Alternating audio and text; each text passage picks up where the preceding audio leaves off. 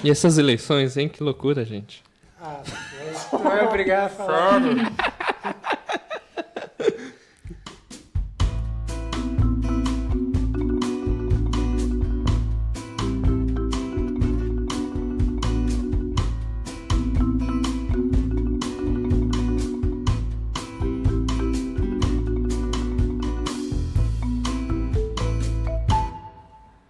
Olá, sejam bem-vindos a mais um episódio do A Conversação, o podcast de cinema mais colonizado de toda a internet brasileira.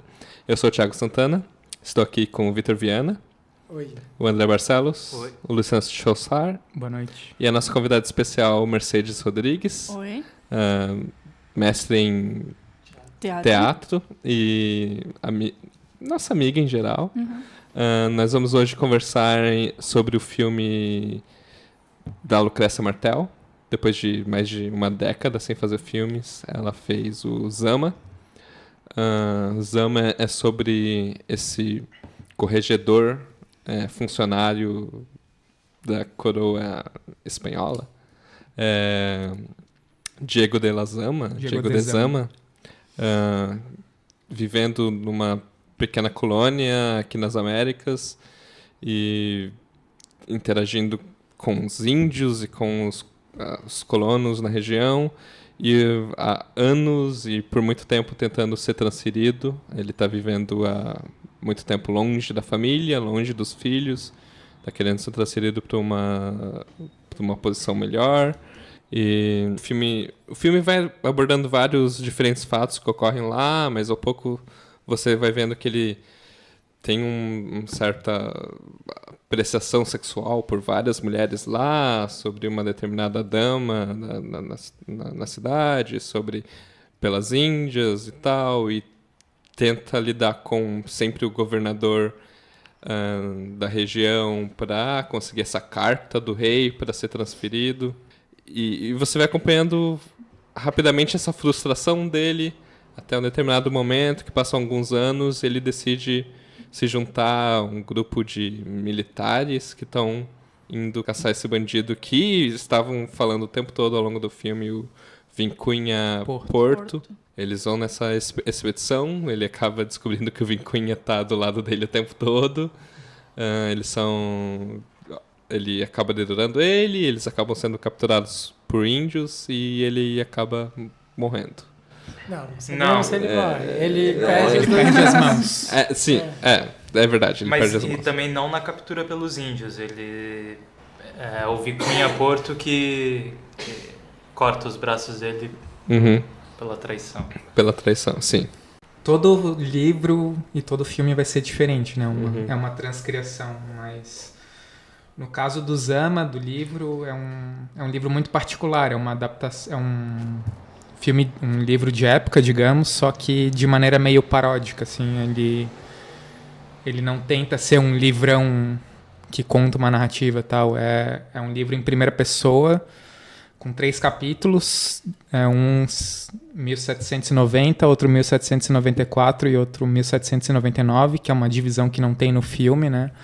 No filme tem uma mudança de tempo muito sutil, como aumento de barba, coisas assim. Umas elipses que nunca ficam claras, muda um governador e você não sabe se era o mesmo personagem de outro, umas coisas assim. Sim, ele fala algo sobre os anos que passam entre as cartas ali que ele manda, né, entre os Sim. pedidos dele.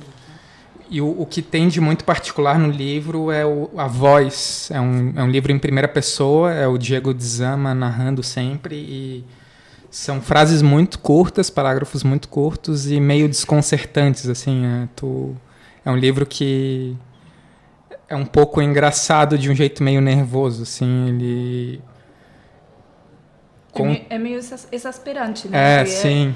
Ele forma parte de uma espécie de trilogia de Benedetto que a crítica chama de trilogia da espera. Sim. E uma espera um pouco desesperada, desesperançada, né? Uma espera de quem já não tem nada mais o que esperar. Eu não lembro o segundo livro, mas tem outro que se chama... El Silenciero e Los Suicidas. Forma parte dessa trilogia onde a espera e o tempo é quase o protagonista, assim, uma coisa que se estende e acaba tendo esse protagonismo tão marcado, assim. Sim. Tanto no livro como no filme, no fundo, né? Acho que no filme é bem... Também é bem forte notório. isso, né? Assim, pensando no que seria um filme histórico mais tradicional, né? É bem diferente, digamos. Não sei, é isso, ele não está ali muito preocupado em dizer os fatos, os acontecimentos históricos, como estão registrados, documentados, mas eles aparecem algumas coisas, mas é muito mais, acho que a estada do personagem ali, né? Um pouco o tempo daquele lugar, que é um lugar um pouco desconfortável para todo mundo, eu acho, né? Sei lá, tipo, mesmo o Zama, que seria um alto funcionário, ele, sei lá, sofre com o calor, Tá completamente feliz ali, ele não quer estar ali o tempo todo. Né? Tipo, é um lugar meio isolado, onde não tem nada. Enfim, tipo, tem os escravos que estão no filme, isso eu acho que é importante, assim como eles aparecem, às vezes, normalmente de um jeito mais de fundo até, mas com uma presença forte, eu acho, os índios e tal. Mas, de certa forma, os personagens compartilham um pouco esse coisa meio de estarem largados ali, não sei se vocês sentem, mas eu acho que isso tem a ver com isso também, um pouco da espera, assim, parece que todo mundo está esperando alguma coisa que não vai acontecer, sei lá. Né? Junto com a espera, eu acho que também tem um outro elemento forte no filme, que é essa tentativa de colonizar um lugar que é selvagem, né? Essa tentativa de ser europeu num lugar que não é a Europa e como o ambiente é agressivo a isso, o ambiente vai, de certa forma, ganhando dessa vontade de ser Europa, assim. Né? Sim, o filme começa com um discurso sobre esse peixe que vive no rio, que a vida inteira dele ele tá lutando contra o rio, porque o rio quer jogar ele para fora, e ele tá ali tentando permanecer, tentando ficar no lugar. Isso dá todo o tema maior dos movimentos políticos e dos personagens do filme. E a característica desses peixes é que no filme se fala assim que se encontram sempre nas margens, né? Tu nunca vai encontrar esses peixes no meio do rio, sino que eles sempre estão nas margens, tentando permanecer, mas ao mesmo tempo sendo sempre expulsados daquele lugar. É uma questão também assim de um ambiente que é hostil. E esses seres assim, com a metáfora do peixe que tenta ficar entre a margem e tentando permanecer ali, né? É interessante também pensar que é um tempo e um espaço quase míticos, né? Que ela constrói no filme, que foi construído também no livro, que é um espaço, na verdade, antes de existir o Argentina-Brasil, antes de que essas fronteiras estejam tão delimitadas, onde era tudo muito mais permeável, assim. Era tudo os colônia indígenas, espanhola os negros, e portuguesa, né? Sim, era, sei lá, Brasil e Espanha, mas assim, só para quem assinou lá os papéis, né? Porque para quem morava lá era o mundo das pessoas. Nas margens. Né? Nas margens. Sim. É interessante. Inclusive para a vida das personagens, assim, né? Não parece que está muito bem determinado o que é a função de cada um, assim. O tempo passa e não tem muitos acontecimentos, assim, né? Do que eles estão fazendo lá, qual é o papel de cada um nessa sociedade que está tentando se construir. Acho que tem algumas falas que vão se repetindo, assim, meio fora de contexto também, né? Sim. Algumas horas em que ela monta uma fala com uma imagem que está por vir ainda, ou vice-versa, um som de uma cena que ela vai cortar ainda, tipo, antecipar assim o som da cena seguinte, né? Acho que tem principalmente a ver com a atenção da personagem, assim, né? O que ele está ouvindo e daí só que ele está pensando em outra coisa, ele está pensando em ir embora, mas tem uma outra cena acontecendo ao redor dele para a qual ele não está prestando atenção, assim, né? Acho que tem um pouco a ver com essa personagem que está a meio caminho, ele está lá, mas ele não quer estar lá, assim. Tem isso, mas eu acho que é levado a um paroxismo, assim, é o personagem começando a alucinar e não saber mais quem é, talvez, é um fora de lugar meio, sei lá, meio louco, assim, meio... E isso se combina, quer dizer assim, a gente nota que o filme não está exatamente narrando, montando acontecimentos muito claros, assim, mas tem uma progressão que é na própria composição visual, assim, da personagem, né, que é de, assim, no primeiro plano ele está todo, e é interessante porque parece bem fantasioso, assim, aquela figura daquele personagem na beira do rio, né, muito bem vestido, assim.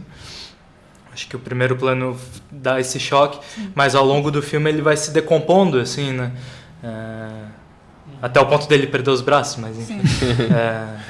Mas é interessante também pensar esse estranhamento que realmente causa a primeira cena, né? Ele na margem do rio, como a gente estava falando um pouco daqueles peixes, mas também com uma construção assim visual que não se corresponde tanto ao que a gente espera de um filme de época, que tem alguns estranhamentos em relação ao que é o figurino e ao que é a fotografia e obviamente o som, que também vai estranhar um monte.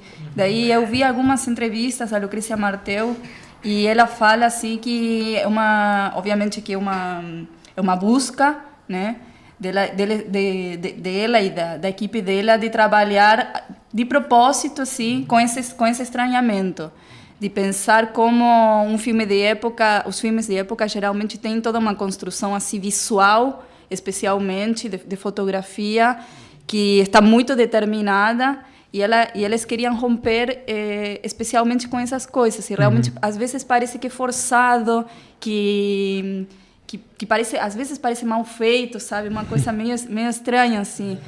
Pelo menos me deu essa sensação assim quando assisti. Mas, por exemplo, tem algumas escolhas de iluminação que ela fala que não escolheram, por exemplo, utilizar velas, ou fogo, ou as típicas iluminações que se utilizam nos filmes de época, ou sons que se utilizam nos filmes de colônia, como são os sinos da igreja, determinadas questões assim para romper de maneira proposital com o que é considerado um filme de época. Que são também já estratégias que esses filmes têm para situar fácil o espectador, né? E ela não queria isso, ela queria deixar o espectador... E por trás de tudo isso tem, na verdade, uma filosofia assim, muito rica, que eu achei muito interessante, por exemplo, de ela fala como a gente tem os criadores, assim, os cineastas, sei lá, ou artistas, tem uma grande criatividade à hora de pensar o futuro, por exemplo, no que seriam filmes de ciência ficção. Tem algumas marcações, né, obviamente, tem algumas coisas que já estão estruturadas, assim, do que seria um futuro utópico, né? Distópico, tem alguns clichês linguísticos em relação a isso, mas geralmente tem mais liberdade para pensar o futuro. E o passado está muito mais ancorado numa imagem fixa e determinada, que realmente nos fazem só pensar de determinada forma. Eu acho muito interessante isso, de pensar o tempo. Assim. E isso tem a ver com o personagem mesmo, assim, né? A coisa de ser o fracasso das funções ali, né? O filme mostrar que o processo de colonização ele não está ancorado numa racionalidade, né? Não foi um processo linear, assim, mas foi cheio de acidentes, né? E as tentativas reiteradas do personagem e o que frustram essas tentativas não são questões racionais da colônia, assim, né? São questões porque o governador fica louco porque o escrevente está escrevendo um livro, assim, então... Isso é racional. Sim, é justamente mostrando a irracionalidade. Aquele que foi punido foi para o destino que ele tanto queria ir, que eu sempre esqueço, Ventura... Pietro. Vai para Lerma, que é onde ele queria ir. É tudo irracional, tudo uma construção assim que não faz sentido. É uma falta de sentido, né? No caso do livro, vinculam muito ao... o livro é de 56 e vinculam a uma literatura existencialista que estava sendo feito na época, do Sartre, do Camus. E muitos falam de Beckett também e de Kafka, como se fosse uma tentativa de fazer um livro de época à la Kafka ou à la Beckett, assim. E eu acho que essa desconstrução do filme histórico que a Lucrécia Martel faz também já tem no livro, assim, porque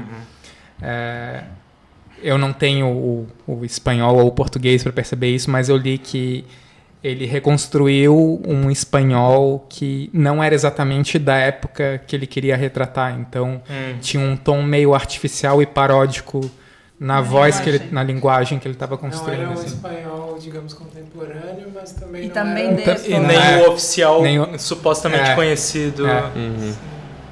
Uma coisa que tem no livro que eu acho que é só pincelada no filme, mas que é interessante é qual que é o lugar do Zama nessa sociedade. Ele é um americano. Ele nasceu na Argentina, digamos. E ele quer muito ser europeu. Ele... Um criocho, isso. Crioulo, você falaria? Crioulo. Criocho é porque não... Em português é diferente. É já nascido no território, mas que tem pais espanhóis, assim. E tem essa parte sexual de ele não querer fazer sexo com índias ou americanas, de querer ter uma espanhola europeia, assim, né? Isso se dilui, né? Essa identidade dele Sim. no filme. Sim. E tem como que é o nome da... Luciana, né? Que veio da Europa e tá lá, e ele tem uma tradução e tenta ter um caso com ela, e ela fala explicitamente, assim... As pessoas que nunca estiveram na Europa têm uma memória melhor da Europa do que a gente que veio pra cá, né? Sim. E se eu não me engano, o Prieto, né? Eu acho que ele também eu acho que ele nasceu na Espanha e tem toda essa sacanagem de tipo, ele foi transferido primeiro e tal, e tipo, não, é porque ele é espanhol e tal. Eu acho que, se eu não me engano, tem isso. Não sei se eu tô confundindo com outro, mas... Sim. Acho que isso é meio jogado na cara dele, assim, do Zama, né, em algum momento. Mas tem realmente todas essas frustrações, porque para Zama não é só a frustração de que ele não está conseguindo seu traslado? Sim. Transferência, mas também essa espécie de paixão que ele tem. No livro está muito mais marcado realmente pela Luciana, que é uma espanhola, supostamente muito bonita e irresistível. Supostamente. Mas que realmente não... E realmente é uma frustração constante, né? No livro se vê muito mais esse relacionamento que também não dá certo. E essa questão também de estar aspirando uma coisa, uma transferência que nunca nunca e uma saudade de um país, de uma região, de uma Europa que ele nunca conheceu, né? Daí está sempre assim uma coisa meio intermédia, assim. Sim. No filme tem mesmo essa parte em que é falado para ele sobre a origem dele, mas não fica claro que ele é argentino, no caso, né? Sim. Até enfim, assim, americano. Eles mencionam que ele é americano no filme, mas na legenda em português não aparece. Eu tava prestando muita atenção na legenda e pouco no áudio, então que merda. E falando um pouco da Lucrécia Martel, ela é uma diretora argentina que tem uma carreira já de algumas décadas e passou um tempo sem poucos fazer... filmes, poucos longas, né? Poucos longas. Ela... Acho que esse é o quarto? Esse é o quarto. Esse é o quarto. Quarto? Quinto? Quarto. E faz uma década que ela não fazia filmes. E a gente nunca abordou muito ela. A gente nunca abordou ela no podcast. Até porque ela não fez filmes no período No que a gente período, fez o podcast. O último é 2008. A Mulher Sem Cabeça. Antes disso ela fez o Pântano e a... Não, antes Laninha Santa A Menina antes Santa e o Pântano. Mas eles abordavam, pelo menos Menina Santa e o Pântano, temas muito mais contemporâneos. Passavam hoje em dia, na época da feitura do filme. Sem cabeça também, né? E... Dizem que os três são uma trilogia, inclusive, né? Sim, tem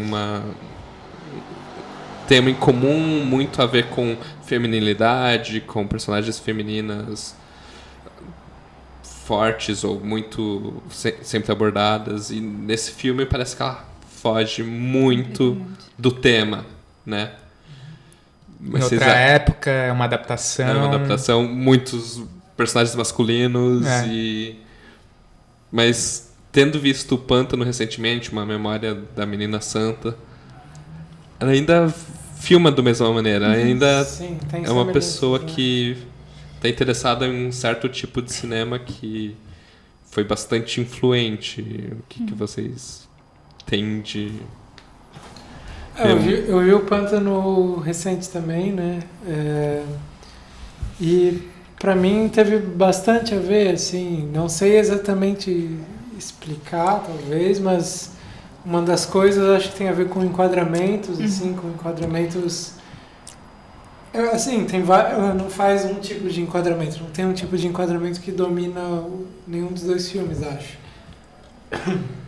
Mas tem alguns enquadramentos marcantes que são comuns aos dois filmes. Por exemplo, quadros que não são, sei lá, muito equilibrados, digamos. São quadros com uma composição meio, sei lá, com muita gente ou muitas coisas em primeiro plano e coisas no fundo acontecendo. Muita coisa extra-plano acontecendo, muita coisa só sonora, E enquanto você está filmando outra coisa. E principalmente entre esses dois filmes, assim, um certo agito que ela consegue botar no plano, assim.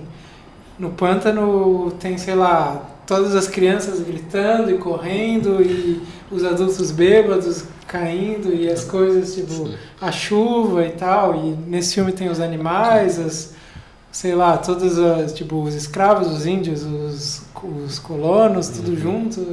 Acho que mais no Pântano, mas ela nunca corta pra um plano em que não tem nada acontecendo, em que tem algo parado, sempre tem um movimento, sabe?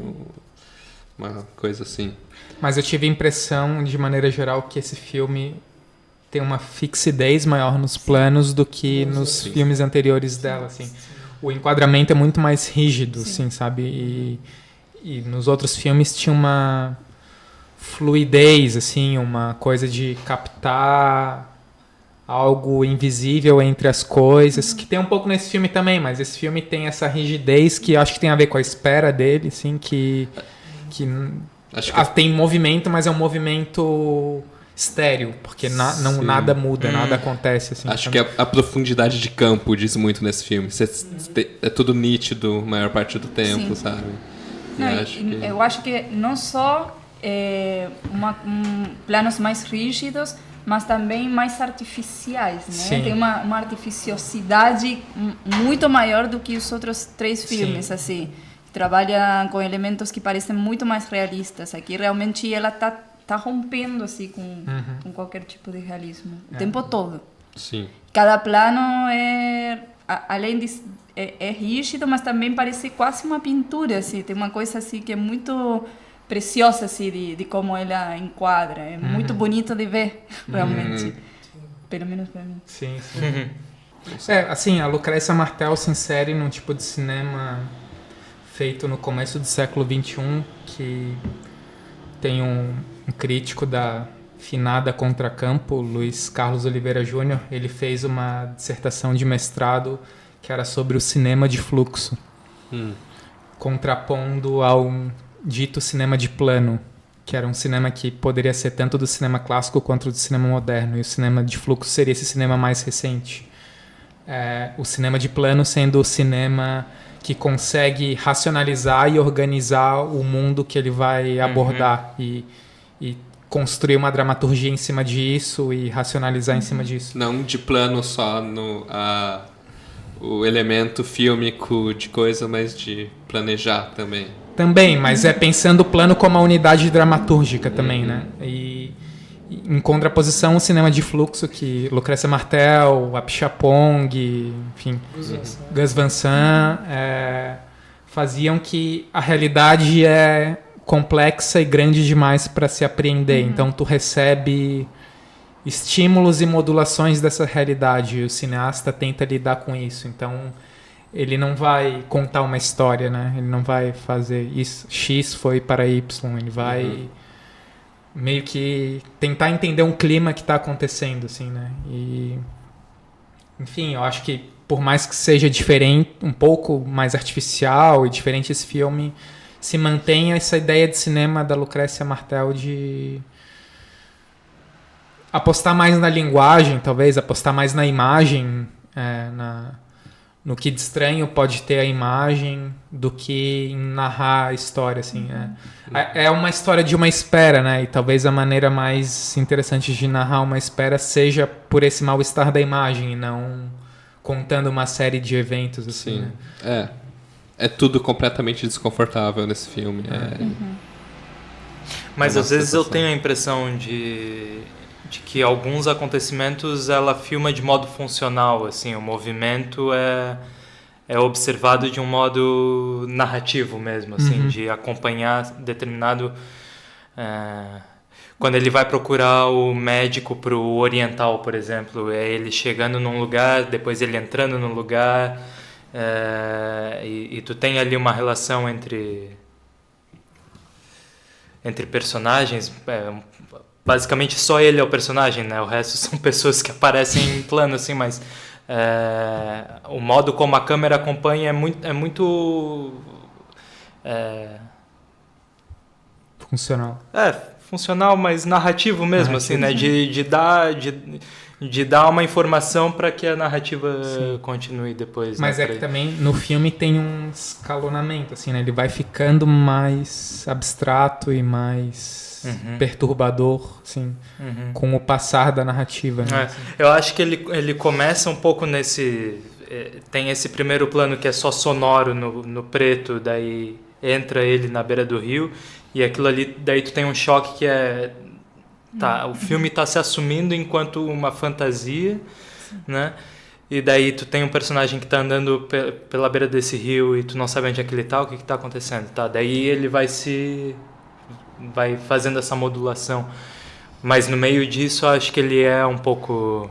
Assim, vou mostrar certas coisas para o espectador saber um pouco o que está acontecendo aqui. Com certeza, acho que para sustentar as 2 horas de filme, ela se usa de umas funcionalidades. Até, por exemplo, no livro, o Vicunha Porto aparece só no último capítulo, não tem nenhuma menção dele no começo e no meio do filme. E no filme, do livro, e no filme... É uma recorrência. No filme já aparece no começo como um espectro ali que... Tem sempre alguém com medo do dele. Vicunha Porto e o Zama sempre falando, não, a gente já matou ele, já tá resolvido o problema. Eu consigo, acho, compreender o filme como ideia e perceber essa dispersão do filme um pouco como um exercício de desconstrução, assim. Mas... Não rolou. Não sei, às vezes parecia pra mim que não era exatamente um exercício, mas era mais falta de direção mesmo, assim. E, claro, pode ser uma opção, né? Estética. Falta de direção em que sentido? Principalmente em relação aos atores, eu acho, ao modo como a câmera tá se movimentando junto com a atuação, assim. E não só em relação ao papel do Matheus Nachtergaele, mas em relação ao papel do Zama também, assim, às vezes me parecia que era só solto, assim, não que a narrativa é solta, mas de que a encenação foi solta. E, enfim, daí já não é mais um exercício estilístico, mas me parece só um problema de trabalho, de realização, assim. Eu não me fiquei incomodado com o Zama. Eu acho que ele tem uma austeridade e presença bem interessante no filme. Não, acho que a carapuça que ele faz de homem sério o tempo todo, preocupado, faz sentido. E o filme constrói pro que ele tá sentindo. Talvez não é só a atuação dele, mas acho que ele tá no lugar dele bem. Essa coisa dos atores, tipo, talvez o Matheus, a gente possa ainda falar dele, assim, porque ele realmente, pelo menos pra gente, ele destoa um pouco. Pra gente brasileiro que já viu um monte de filme com ele. Mas eu não sei, de um modo geral, às vezes esse filme... Ele passa quase, pra mim, uma sensação de estar vendo um documentário um pouco, de que tu tá, assim, não é pra ter muita coisa da atuação, de como que ela vai estar se relacionando com os planos, porque é mais importante como que tu tá ali naquele lugar, assim, pelo menos pra mim, eu me relacionei assim um pouco com o filme, né? Tipo, ele me coloca várias situações de um estranhamento que pra mim acaba sendo meio fascinante, como, por exemplo, a parte em que tem um monte de móveis com animais no meio de um pátio, assim, vazio, sei lá. Essa coisa de estar num lugar tão distante, filmado de um jeito que não sei, que é meio imerso, assim, pra mim. E por isso que pra mim lembra uma coisa um pouco documental, assim. Apesar de ser, obviamente, muito artificial, né? Isso que é paradoxal e interessante pra mim. Então, essa coisa da atuação pra mim não pesou muito, assim. Daí, claro, quando aparece o Matheus Nastergaile, a gente que viu vários filmes dele, vê ele meio que fazendo aquele mesmo tipo e tal, é mais falando aquele espanhol bem estranho. errado. Aquilo acaba quebrando um pouco com esse clima que a gente já tinha. Eu não tive muitos problemas com a atuação, mas eu concordo que é um filme difícil de assistir. Sim. Mas, curiosamente, a segunda vez que eu assisti por primeira vez 2 meses atrás no cinema, e eu tive essa sensação de um filme interessante, mas difícil. Eu assisti de novo 2, 3 dias atrás e eu consegui ver outras coisas. Daí eu acho que também ele exige um pouco do espectador, assim. Sim. Quando eu pensei que essa segunda vez ia ser um pouco mais tediosa, porque eu já tinha tido essa experiência de que foi um filme que eu não consegui entrar na primeira vez também.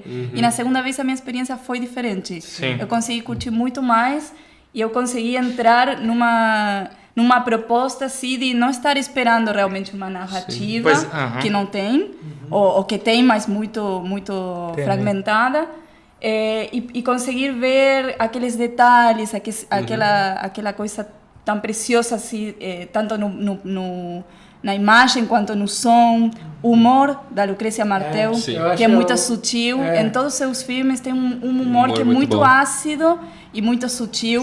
Sim. E ele também tem, tu consegue ver as coisas que são absurdas e chega a dar um pouco de riso e também desespero, como a gente já falou. Sim.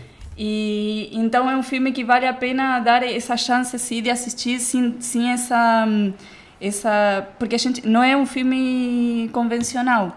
Daí é onde o espectador talvez se sente um pouco perdido, mas e tem uma coisa em relação a isso que também está dentro do conteúdo, assim, mas não só na forma, mas no conteúdo, que eu fiquei muito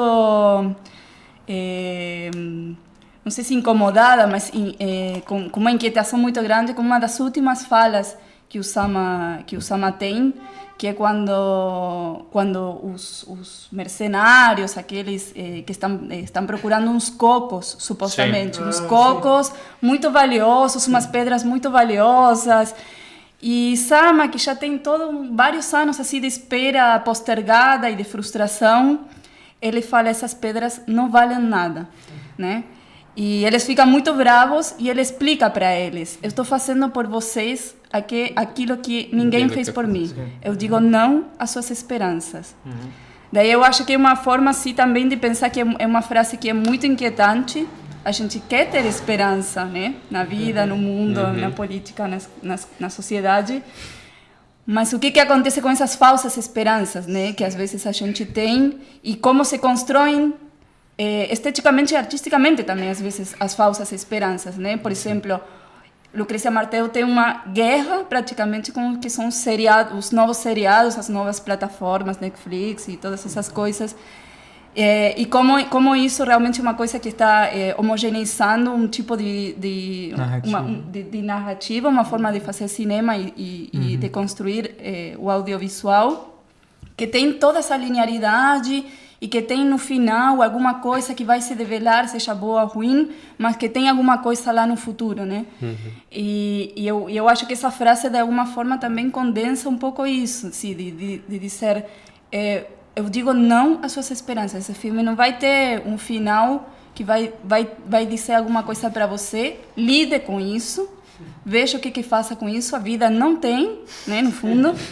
E o que o espectador faz com isso me parece o mais interessante, né? Sim. De pensar como a gente lida com isso, como isso pode ser uma possibilidade de construir realmente uma coisa diferente, não ficar sempre na mesma. Mas é isso, a gente conversou bastante sobre Zama. Não, acabou. Foi uma conversa bastante... vários lugares, idas e vindas, acho que como filme, de certa forma. Mas vale muito a pena assistir mais coisas da Lucrécia Martel. Eu espero que ela faça mais filme e não fique tanto tempo sem fazer filme, que nem ela ficou entre esse e o anterior. Pelo que eu vi, ela não tem uma preocupação assim tão grande de... Sim. Vou fazer o próximo filme. Vai fazer quando ela quiser. Não, ela diz que está cineasta, que não é cineasta. Que ela tem 4 filmes e não se considera uma cineasta. Ela é uma dona de casa que faz cinema. Eu já ouvi ela falar. Eu quero ser um dono de casa que faz filme. Eu me disponho a cuidar da casa dela para ela fazer mais cinema.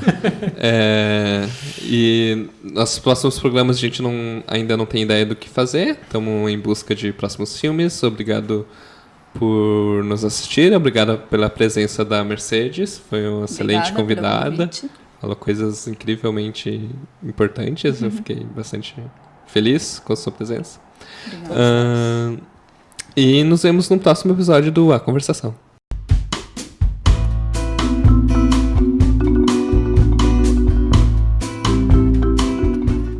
E essa olhadinha pra câmera aí. Como eu sempre termino nos últimos programas. Sempre tem uma piscadinha. Agora é a Lucia que monta. Não, só uma olhada. Vai acabar com isso, né, Lucia?